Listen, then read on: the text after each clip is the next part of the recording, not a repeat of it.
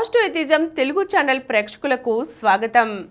మనం ప్రముఖ సంఘ సంస్కర్త మేటి నాస్తికోద్యమ నేత అయినటువంటి శ్రీమతి సరస్వతి గోరా గారి స్వీయ జీవిత గాథ గోరాతో నా జీవితం పుస్తకం నుండి ముందు ఎపిసోడ్లో మనం దాసు రామస్వామి గారు నాస్తిక కేంద్రంలో ఎలా సభ్యులు అయ్యారో తెలుసుకున్నాం.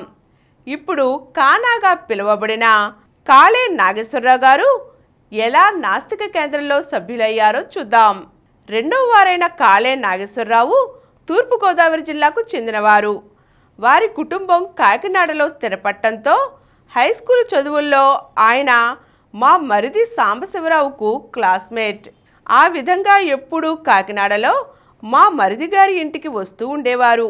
హై స్కూల్ విద్యార్థిగా గోరా గారి భావాలతో ఆయన చాలా ప్రభావితం అయ్యారు. కాకినాడలో ఈశ్వర పుస్తక భాండాగారంలో నాస్తికత్వంపై గోరా గారి ఉపన్యాసం ఏర్పాటు చేసిన కార్యకర్తల్లో ఆయన ఒకరు. విద్యార్థిగా ఆయన కాకినాడలో కమ్యూనిస్టు ఉద్యమం వైపు బాగా ఆకర్షింపబడ్డారు. అయితే నాస్తికత్వం, కులరహిత సమాజ విషయంలో రాజీ లేని మనిషిగా ఆయన రూపొందడంతో ముదునూరు వచ్చి నాస్తిక కేంద్రంలో పనిచేయాలని నిర్ణయించుకున్నారు. ముదునూరు వచ్చిన తరువాతనే ఆయన తన పేరును కానాగా మార్చుకున్నారు. 1942 జూన్లో నాస్తిక కేంద్రంలో గోరా గారు విద్యాలయం ప్రారంభించినప్పుడు గోరా గారితో పాటు రామస్వామి గారు, కానా గారు ప్రధాన బాధ్యతలు తీసుకున్నారు.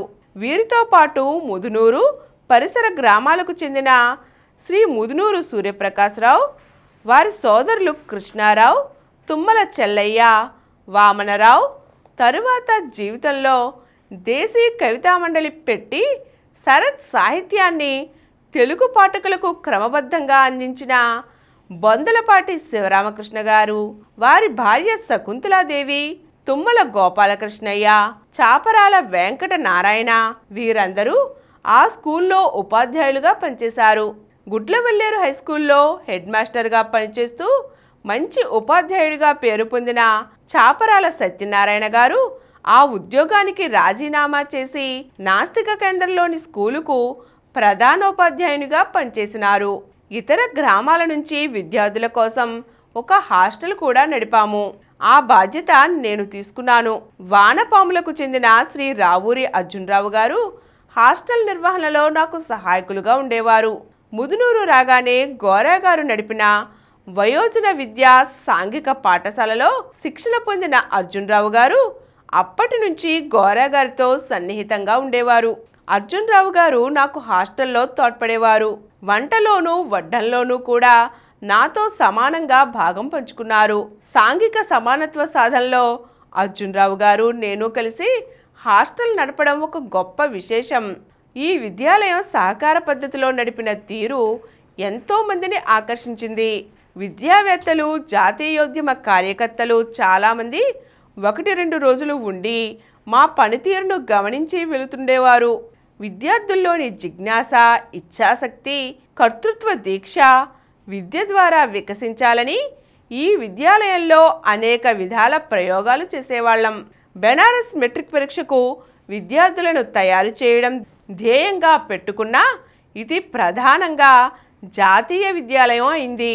మేము 2 నెలలు విద్యాలయం నడిపేసరికి 1942 ఆగస్టు 9 ఉద్యమం వచ్చేసింది. మహాత్మా గాంధీ ఇచ్చిన కరో యా మరో నినాదానికి జాతీయ భావాలు గల ఏ సంస్థ కూడా విస్మరించలేదు. ముదునూరులో అన్నే అంజయ్య గారిని ముందుగా అరెస్ట్ చేసి డిటెన్యూగా తీసుకెళ్లిపోయారు. ఇక బాధ్యత అంతా గోరా గారి మీద పడింది. ఉపాధ్యాయులు, విద్యార్థులు జాతీయోద్యమ నిర్వహణకు అనుకూలంగా విద్యాలయం మూసివేయాలని నిర్ణయించారు. ఈ నిర్ణయంపై గ్రామస్తులలోనూ పిల్లల తల్లిదండ్రులు, సంరక్షకులతోనూ విస్తృతంగా చర్చించారు. అందరూ కలిసి ఏకగ్రీవంగా విద్యాలయాన్ని మూసివేసి వీలైనంత ఎక్కువ మంది జాతీయోద్యమంలో పాలు పంచుకోవాలని నిర్ణయించారు. ఆ విధంగా ఆగస్టు నెలాఖరికి విద్యాలయం మూసివేయడం జరిగింది. ఈలోగా బొంబాయిలో అరుణా అసఫ్ అలీ, అచ్యుత్ పట్ వర్ధన్ నాయకత్వంలో కాంగ్రెస్ సోషలిస్ట్ పార్టీ చేపట్టిన ప్రభుత్వాన్ని స్తంభింపచేసే రహస్య కార్యక్రమాలకు కృష్ణా జిల్లాలో సలహాదారుడిగా గోరా గారిని ఎంచుకోవడం జరిగింది. అయితే ఇందుకు గోరా గారు వ్యతిరేకి కాకపోయినా ఆయన సత్యాగ్రహ కార్యక్రమాలకు ఎక్కువ మొగ్గు చూపారు. అందుచేత ఈ రహస్య కార్యక్రమాల నిర్వహణ బాధ్యత రామస్వామి గారికి అప్పచెప్పారు. తన వైపు నుంచి అవసరమైన సలహాలు ఇస్తూ ఉండేవారు. విద్యాలయంలో ఉపాధ్యాయులుగా పనిచేసిన చాలామంది టెలిఫోన్ తీగలు తెంపడం, విద్యుత్ తీగలు తెంచడం వంటి రహస్య కార్యక్రమాల్లో తర్ఫీదు పొందారు. ముదునూరు గ్రామం కృష్ణా జిల్లాలో 42 ఉద్యమాలకి కేంద్రస్థానం అయింది. కలపాల సూర్యప్రకాశ్రావు గారు, చాపరాల వెంకట నారాయణరావు గారు కాంగ్రెస్ పత్రికను రహస్యంగా సైక్లోస్టైల్ చేసి జిల్లా అంతా పంపించే బాధ్యత నిర్వహించారు.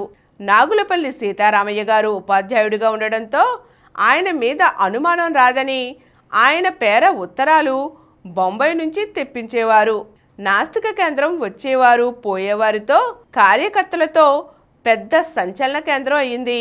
దీంతో పోలీసు నిఘా కూడా ఎక్కువైంది. వర్షాలు తగ్గిన తర్వాత మా కార్యకర్తలు రహస్య కార్యక్రమాలు ఎక్కువగా చేసినప్పుడు అందుకు ఉపయోగించే పనిముట్లను నిరంతరం పోలీసులు తరచుగా చేసే దాడుల నుంచి కాపాడవలసి వచ్చేది. అంతేకాక మా రహస్య కార్యకర్తలు పోలీసులకు అందకుండా చూసుకుంటూ వారికి ఆహారం అందించే పని కూడా చేయవలసి వచ్చింది. మేము కేంద్రంలో 10 మంది లోపే ఉంటూ 30 మందికి వండినట్లు కనపడితే అకస్మాత్తుగా పోలీసులు దాడి చేస్తే పట్టుబడిపోతామని వంటలు చేసిన వెంటనే వంట పాత్రలు తోమేసి శుభ్రంగా గుడ్డతో ఒక్క చుక్క నీటి బొట్టు కూడా ఉండకుండా తుడిచిపెట్టేవాళ్ళం. అంతేకాక 25-30 మందికి వంట వండినట్లుగా ఏ రీత్యా అనుమానం కలగని రీతిలో అన్నీ సర్దేసేవాళ్ళం. కూరల తొడిమలు, ఉల్లిపాయల రేకులు మొదలైనవి ఎప్పటికప్పుడు గోతిలో పాతర వేసేవాళ్ళం. పోలీసులు వచ్చి చుట్టుపక్కల ఎంత తిరిగినా 10 మందికి కూరలు వండిన ఛాయలు కూడా తెలిసేవి కావు.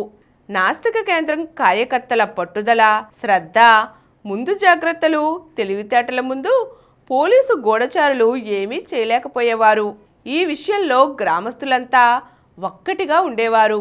ఈరోజు మనం ముదునూరు గ్రామంలో విద్యాలయం స్థాపించి గోరా గారు ఏం చేశారో తెలుసుకున్నాం కదండి. మరిన్ని అంశాలతో మళ్ళీ కలుద్దాం. ఈ కార్యక్రమం మీకు ఎంతో నచ్చింది కదా. ఇటువంటి మరిన్ని వీడియోల కోసం అనతి కాలంలోనే 20 కోట్లకు పైగా వ్యూస్ సాధించిన సమరం ఛానల్ సమర్పించు పాజిటివ్ ఎథియిజం తెలుగు ఛానల్కు సబ్స్క్రైబ్ చేయండి, లైక్ చేయండి, మీ ఫ్రెండ్స్కి షేర్ చేయండి. అలాగే ప్రక్కనున్న గంట సింబల్ని ప్రెస్ చేయడం మర్చిపోకండి.